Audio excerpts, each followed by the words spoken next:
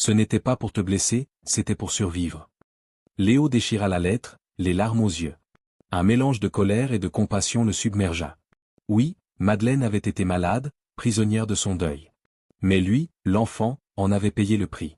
Quelques semaines plus tard, il prit une décision radicale. La maison fut rasée. Il assista aux travaux, impassible, observant les murs tomber les uns après les autres. Chaque coup de pelleteuse sonnait comme une délivrance.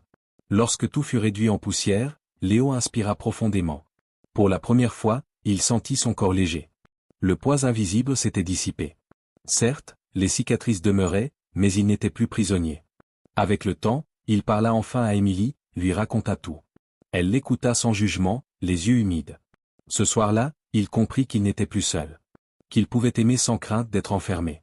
Les années suivantes, Léo bâtit une famille, loin de l'ombre de Madeleine. Pourtant, parfois, au détour d'un rêve, il lui arrivait encore de sentir une présence au bord de son lit. Alors il se réveillait, serrait sa compagne dans ses bras, et se répétait, ce n'est qu'un souvenir.